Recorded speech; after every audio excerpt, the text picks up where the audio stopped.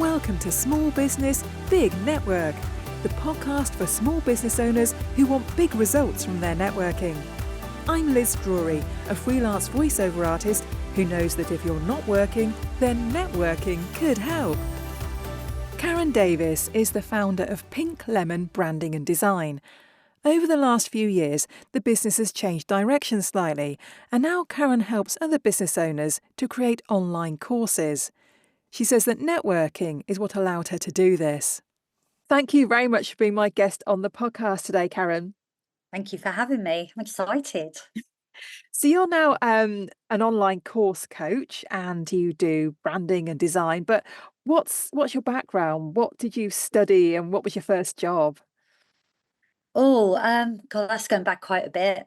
So it's interesting. I've had a bit of a journey really, because when I first started out, when I left school, I actually went into London and I was working in a complete different sort of job, if you like. I started out as a junior secretary, working in sort of corporate environments. Yeah. And it wasn't until I was 22 that I actually took the summer off. I went traveling.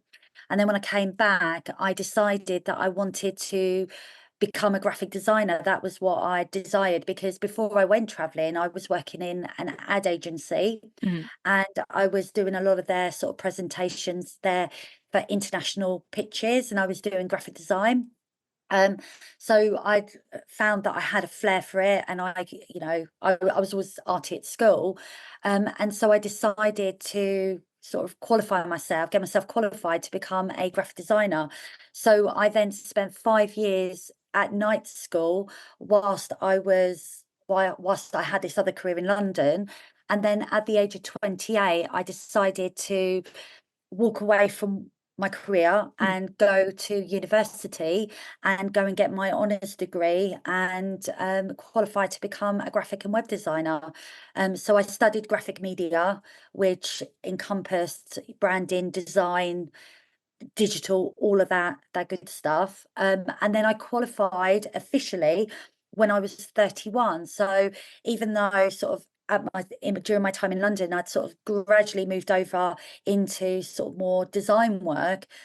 Officially, I had graduated, at 31, and then I sort of walked out of university. I did get my first job straight away, and I was working for a national brand as their graphic and web designer in the marketing team.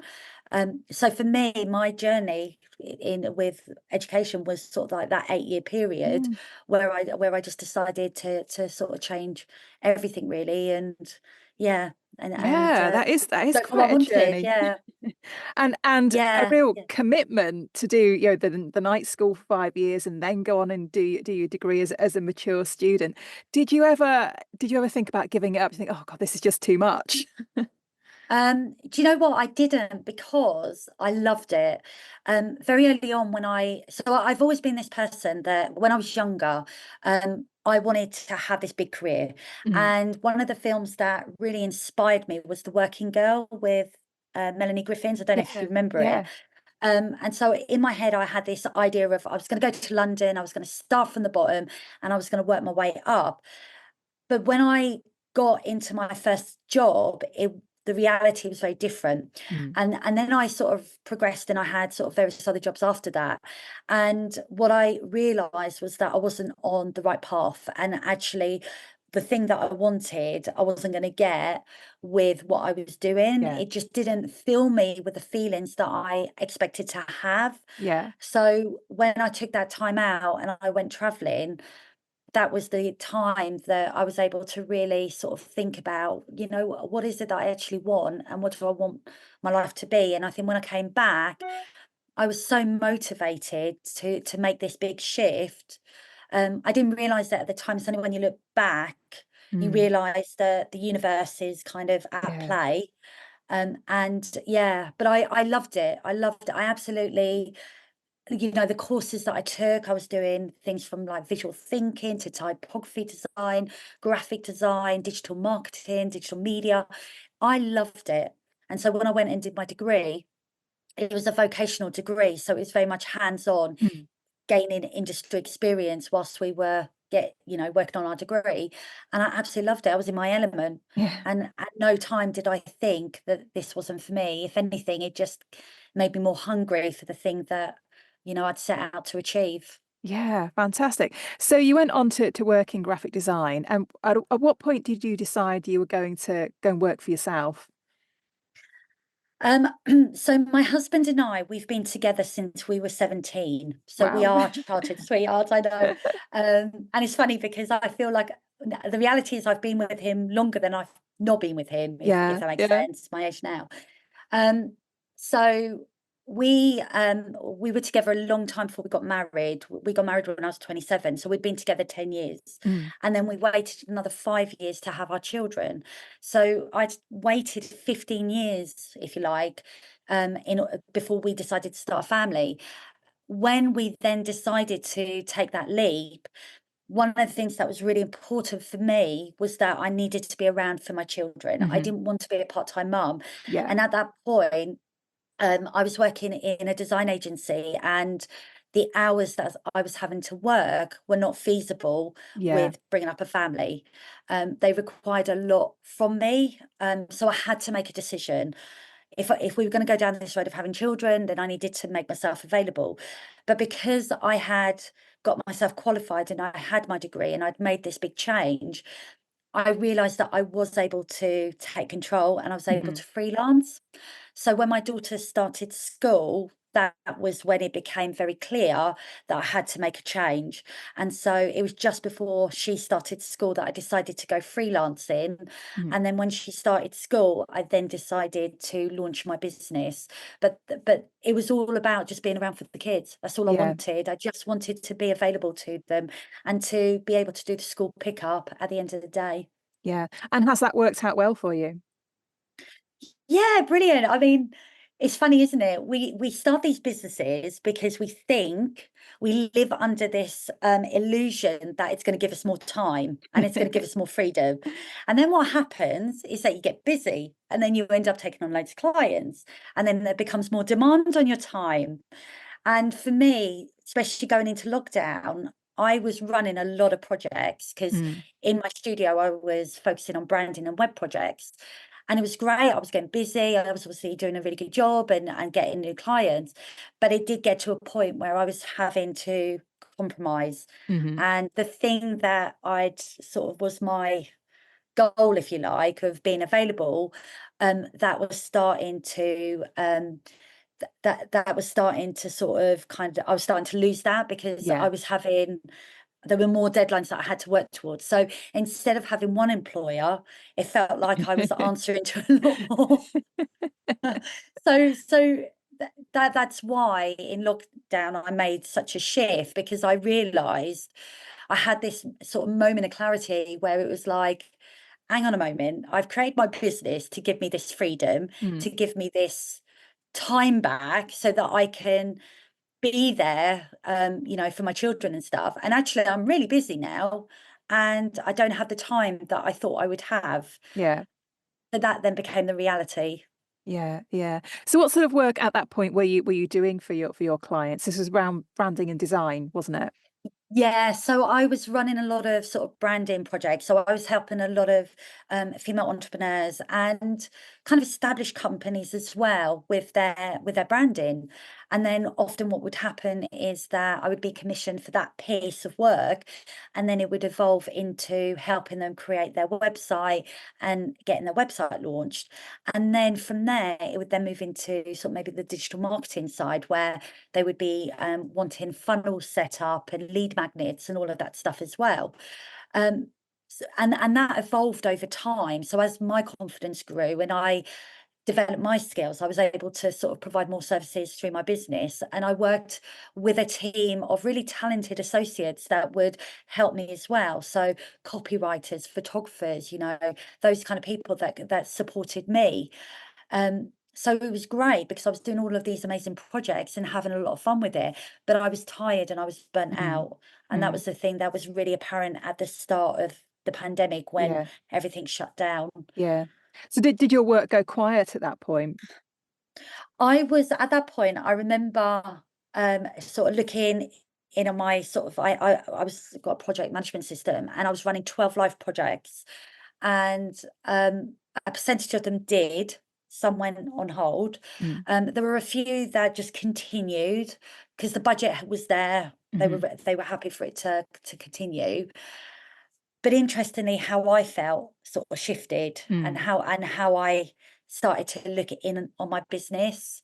And I think for that I think that with everything coming together, it was like the perfect storm, wasn't it? Of Yeah. being able to kind of spend some time maybe questioning and reflecting and looking in on things Yeah. and all of that So stuff tell as me about well. the shift that you made at that point. What direction did your business start to go in? So one of the things that became really apparent, one of the projects that I had went on hold, and the client wanted a couple of months later, the client wanted to have the project go live again. Hmm. But what happened is that I wasn't available due to other sort of client work and stuff. And so what then happened was that I ended up in a legal dispute with this client Mm. from the April to the November.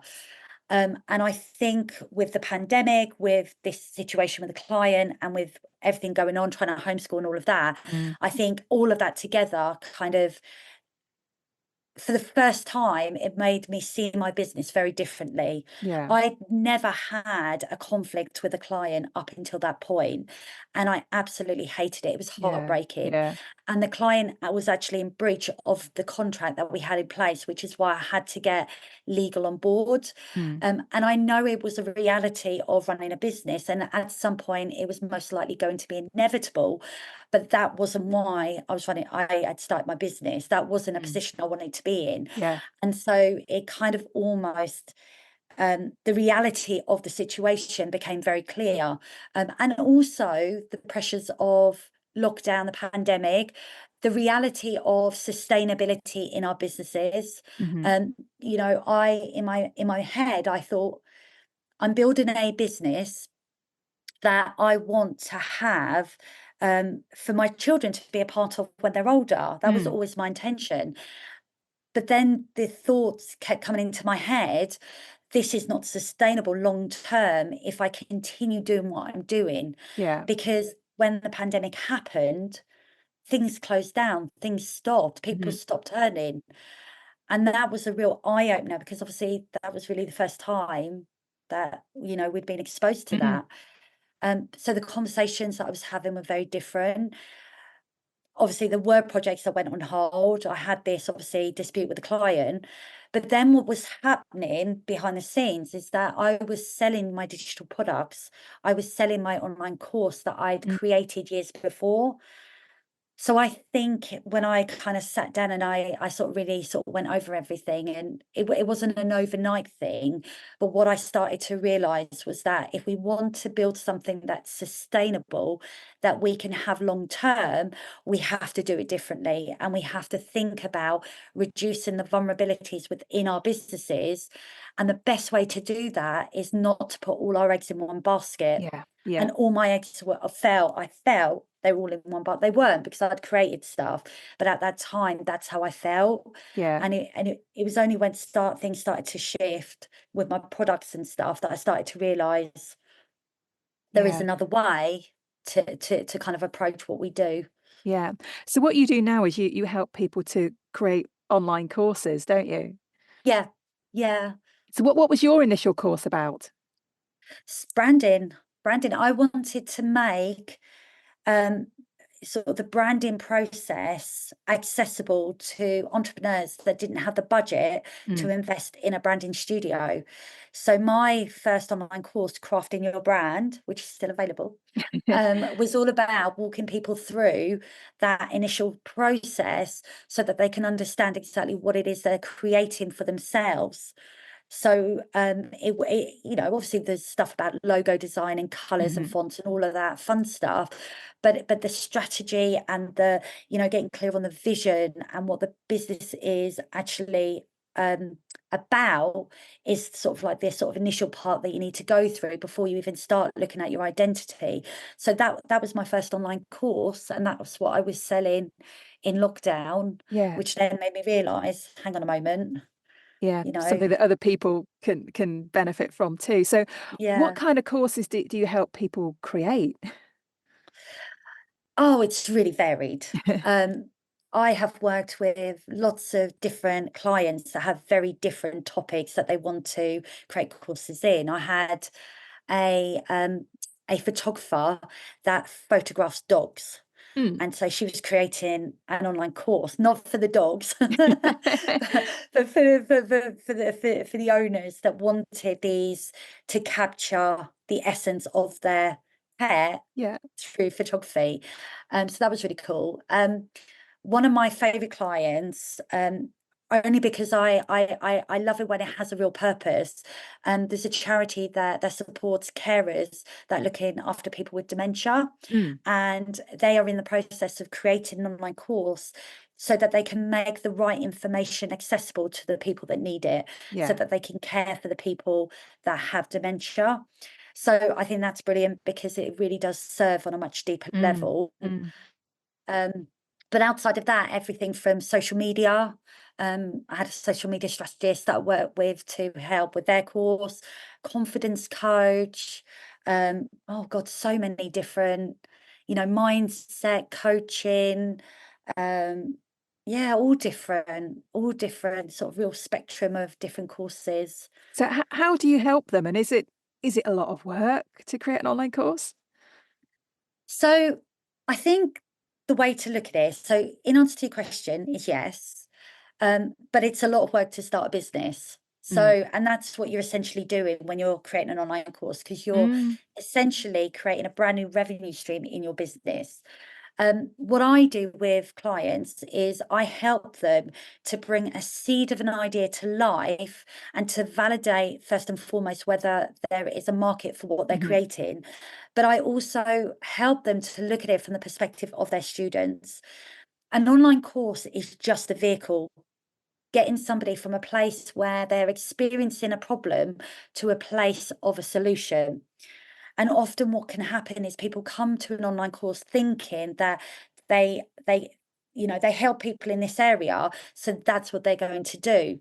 They're just going to create a course on mindset because that's what they believe is needed. Mm. Where actually what I do is I try and sort of kind of shape their perspective so they start seeing it from their student's perspective and what the student needs for them. Because with an online course, you can go to exactly where your student is Mm. so that they can take the course to get the solution that they actually need. So it is very much focused on the results and the transformation that is then going to come from having those results. And that's why online course is so powerful, because they're just a vehicle for change.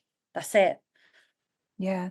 And what difference are your clients finding once they've got that course made and it's out there? What difference is it making to them and their businesses? Well, I had a client that created an online course, and what difference it made for her was she was able to go on to maternity leave, and she was able to be supported through selling her Mm. online course while she wasn't working. Um, so that was pretty amazing Yeah. because it was a new revenue stream that she had sort of built out. And then what she did is, while she was off having her baby, her first baby, she then brought VA on board just to kind of keep things ticking over. But she was able to generate income while she was spending that time with her newborn. I had another client that created her online course, was selling her online course, and then took her online course and then created a membership around it. Mm. So she then built out two different revenue streams for her business.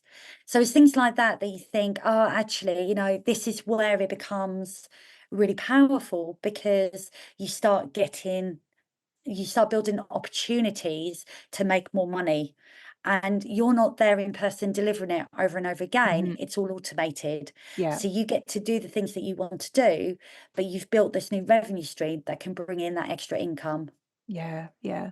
Now, as well as all these things that we've already talked about that you do, you're also a podcast host. So tell me about your podcast. I am. So my podcast, which was 2 years old on Monday, Oh, well which done. thank you, I forgot because I've been in a launch mode of late, and I launched my membership on Monday, and I then had a thought yesterday. I was like, oh my God, yeah, 1st of July, 2 years ago, I launched it. But my podcast is called Digitally She Does It.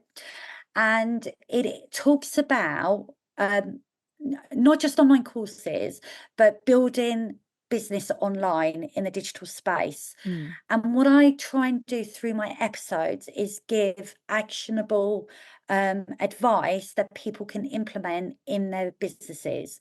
So it's not for entertainment, I have to say that. It is very much no fluff, actionable content, but it's my way of being able to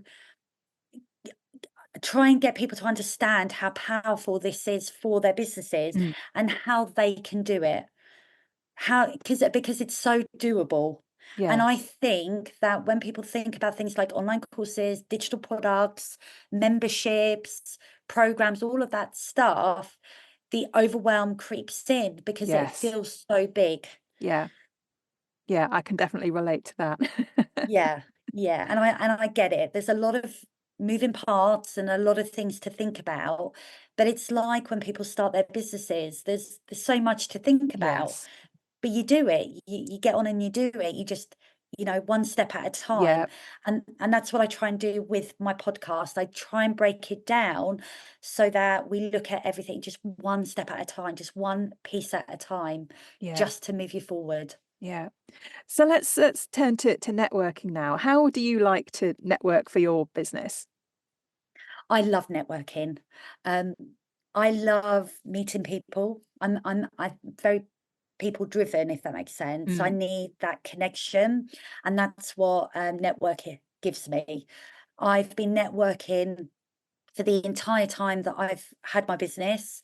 I used to network obviously under the banner of branding and web, and then in the pandemic, I switched and started to talk about online courses. Mm. But I absolutely love it. I absolutely love it. I have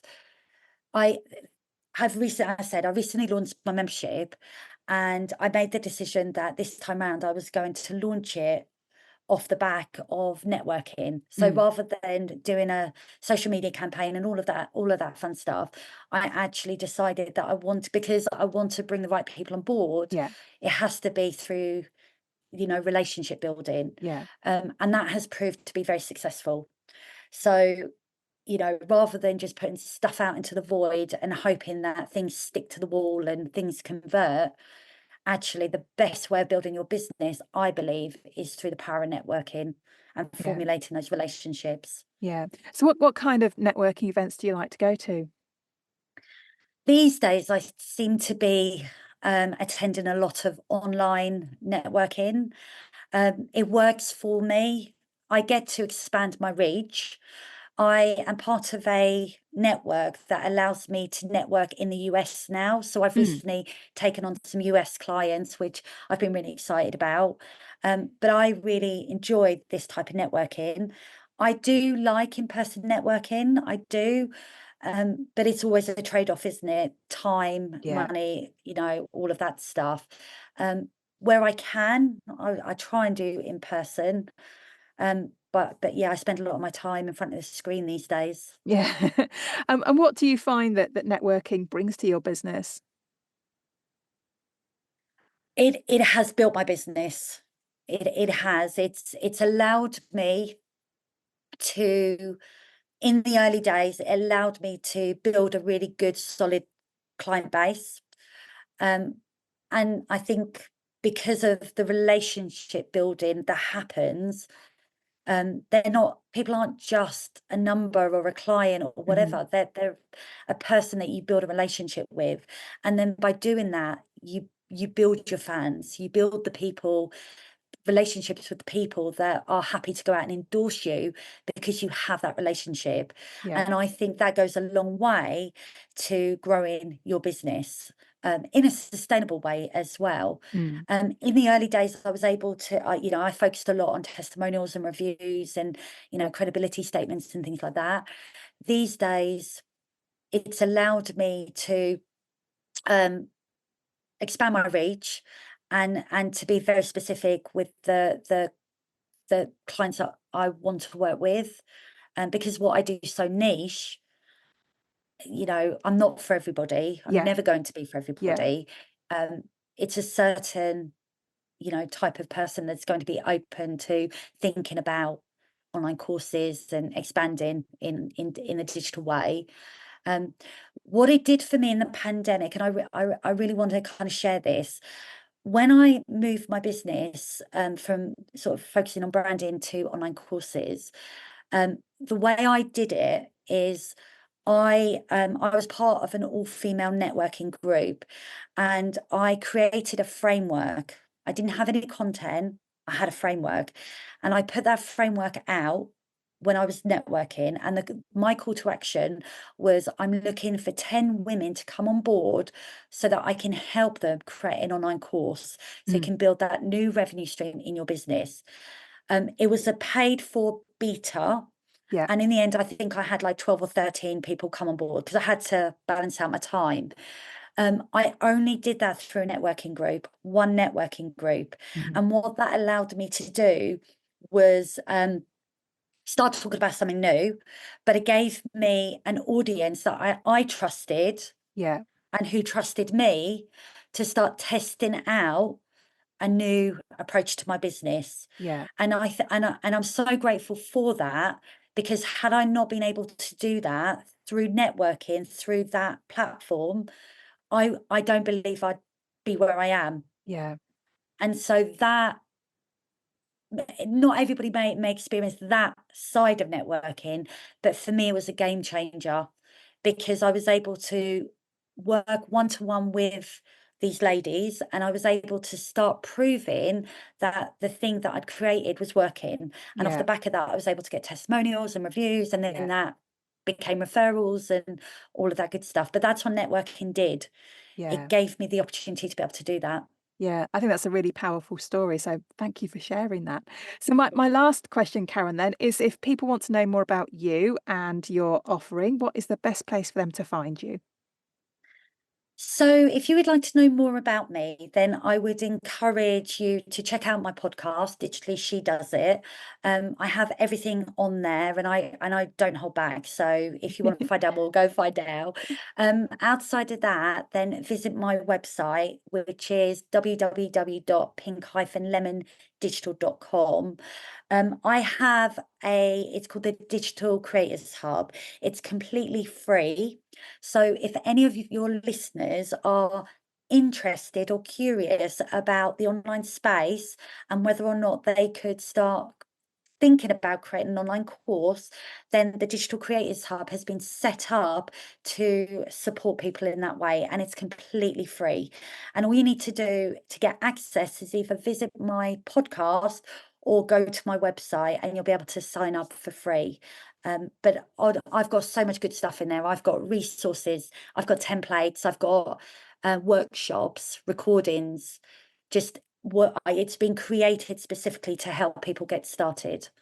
Wonderful. That sounds like a really good resource, and I'll put the link to that in the show notes. So Thank thank you you. very much for being my guest, Karen. I've really enjoyed talking to you. Thank you very much for having me on your show. Thanks for listening to Small Business, Big Network. If you found this podcast useful, please do rate, review and subscribe. And don't forget to share it with the rest of your network too.